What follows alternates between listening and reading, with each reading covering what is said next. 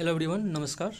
Patna high court की vacancy का notification release कर दी गई है। पटना हाई कोर्ट में ट्रांसलेटर कम प्रूफ रीडर यानी कि ट्रांसलेटर एंड प्रूफ रीडर का वैकेंसी का नोटिफिकेशन रिलीज़ कर दी गई है। सबसे पहले बात करें कि आपका नोटिफिकेशन कब रिलीज़ की गई थी, तो 28 मई को रिलीज़ की गई है। ये ऑफिशियल PDF है, वहाँ से मैं आपको बता रहा हूँ।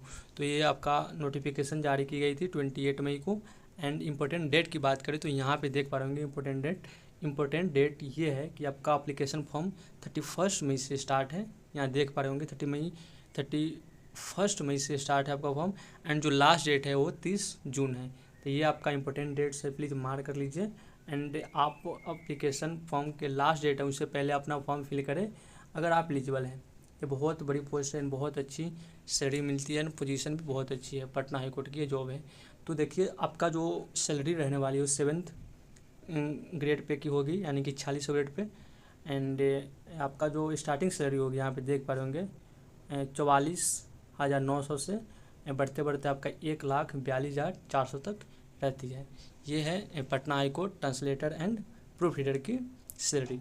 बाकी इसमें देखें इम्पोर्टेंट कि आपका टोटल नंबर ऑफ़ सीट कितनी है, टोटल नंबर ऑफ़ सीट। तो यहाँ देख पा रहे होंगे आप 60 सीट है जो ट्रांसलेटर की है एंड 20 सीट है जो प्रूफ रीडर की है। एंड इसी को कैटेगरी वाइज डिवाइड किए गए हैं। इसको थोड़ा जूम कर लेता हूँ। एंड देखिए आप यहाँ से देखिए आपका जो सीट है टोटल 60 ट्रांसलेटर के लिए। एंड ये जो रो देख रहे हैं आप, ये फीमेल के लिए, वुमेन के लिए, एंड ये मेल के लिए। टोटल 60 सीट हो गए। एंड प्रूफ रीडर के लिए 20 सीट हो गए। एंड वुमेन के लिए, महिला के लिए तो सीट वुमेन मेल फीमेल दोनों में डिवाइड किए गए हैं। तो यहाँ देखिए कैटेगरी वाइज डिवाइड किए गए। अनरिजर्व का 26 है। एंड EWS का 6, SC का 9 है। एंड ST का ये 1 सीट है। बाकी EBC का एंड BC का 11 एंड 7। इस तरह से सीट डिवाइड किए गए हैं। फिर यहाँ पे आप देख पाएंगे फीमेल का भी सीट डिवाइड किए गए हैं। तो ये रहा नंबर ऑफ़ सीट। तो नंबर ऑफ़ सीट आपका टोटल 60 है जो आपका ट्रांसलेटर का है। एंड प्रूफ रीडर का 20 सीट है। अब चलिए मोस्ट इम्पोर्टेंट एजुकेशन क्वालिफिकेशन की बात करते हैं कि इसमें क्या क्वालिफिकेशन रहने वाली है। तो चलिए स्टार्ट करते हैं। बाकी एजुकेशन क्वालिफिकेशन यहाँ देखिए, सबसे पहले आप इसमें देखेंगे एजुकेशन क्वालिफिकेशन क्या रहने वाली है, बाकी और चीज़ें बाद में देखते हैं। तो यहाँ पे देखिए मिनिमम क्वालिफिकेशन में यहाँ पे दिया गया है कि graduation with English as one of the subject, यानी कि अगर आप ग्रेजुएट हैं तो आप इंग्लिश पढ़े हुए हो ग्रेजुएशन में, देन आप एलिजिबल हो। जैसे कि होता है ना इलेक्टिव सब्जेक्ट में, अगर आप इंग्लिश पढ़ रहे हो तो आप एलिजिबल हो।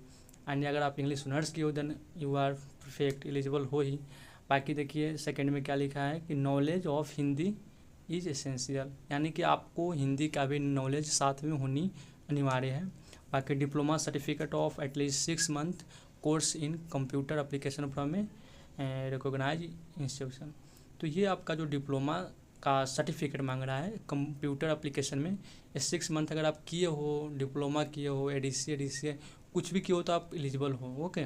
बाकी जो देखिए नीचे 5th में क्या दिया है कि preference will be given to candidate having law degree, यानी कि जो स्टूडेंट लॉ डिग्री किए गए हैं उनका प्रेफरेंस टॉप पे रखा जाएगा, फर्स्ट प्रायोरिटी उनकी होगी। यानी कि अगर आप BA किए सिंपल और कोई लॉ डिग्री किया है तो उसको फर्स्ट प्रेफरेंस दिया जाएगा अगर दोनों का मार्क्स सेम होता है तो। यानी इस प्रकार दिए गए। ये रहा आपका एजुकेशन क्वालिफिकेशन। बाकी और चीज़ें हैं दोस्तों, बाकी और चीज़ें आप यहाँ पे देख पा रहे होंगे। ये जो यहाँ पे देखिए कैरेक्टर, आपका कैरेक्टर, आप पे कोई FIR कोई कैरेक्टर में यानी कि फॉल्ट नहीं होनी चाहिए। बाकी मैरिटल स्टेटस में आप एक से ज़्यादा शादी नहीं किए हुए हो देन आप एलिजिबल हो। मेल कैंडिडेट हुआ है more than one wife alive, या फीमेल कैंडिडेट हुआ है married a person already having a wife. ये देखिए छोड़िए। बाकी फिजिकल फिटनेस में आप देख सकते हैं आपका जो no person shall be recruit unless he या she is good mental and physical health. सबसे पहले कि फिजिकल हेल्थ में आपका मेंटल एबिलिटी अच्छी होनी चाहिए, आप स्वस्थ हो, तो ये ठीक है, ये तो नॉर्मल है। बाकी एज लिमिट देखिए, ये भी इम्पोर्टेंट है। एज लिमिट में आप देखिए यहाँ पे जो एज लिमिट है वो अनरिजर्व का 37 एंड EWS का 40, EBC का 40 एंड SC ST का 42 एंड जो होते हैं ना दिव्यांग, उनका 47 रखा गया है।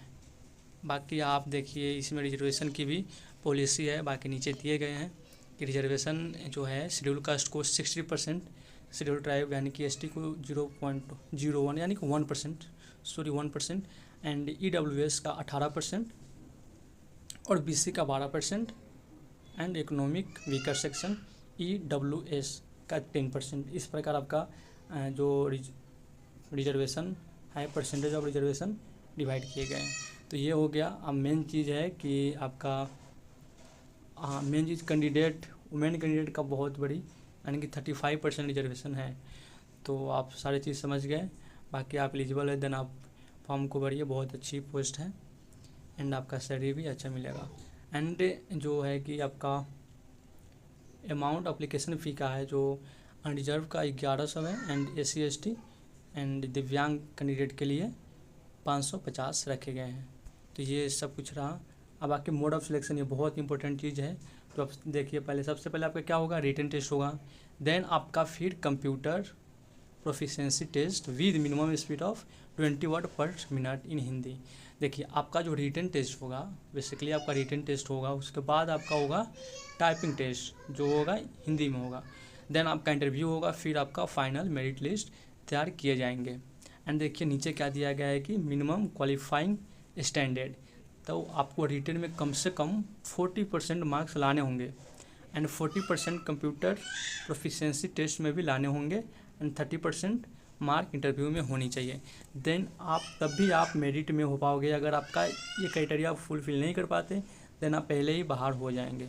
तो ये बता दिए गए कि मोड ऑफ सिलेक्शन क्या होगा एंड मिनिमम क्वालिफिकेशन स्टैंडर्ड क्या होने वाली है। तो ये बहुत ही अच्छी नोटिफिकेशन है, आप पहले देख लीजिए एंड बाकी आप फॉर्म को फिल कीजिए। एंड आपका जो एग्जामिनेशन सेंटर होने वाली है पटना, हाजीपुर, मुजफ्फरपुर, ये 3 ही सेंटर होगी जो इन्होंने पहले ही बता रखा है। तो ओके दोस्तों, आप फॉर्म को फिल कीजिए एंड बहुत मन लगा के पढ़िए। अगर आपको कोई डाउट आता है तो देन आप कमेंट में बता सकते हैं, उस पर मैं वीडियो बना दूंगा। तो धन्यवाद दोस्तों, नमस्कार। अगर आप चैनल पर न्यू है then subscribe my channel. Thank you, bye दोस्तों।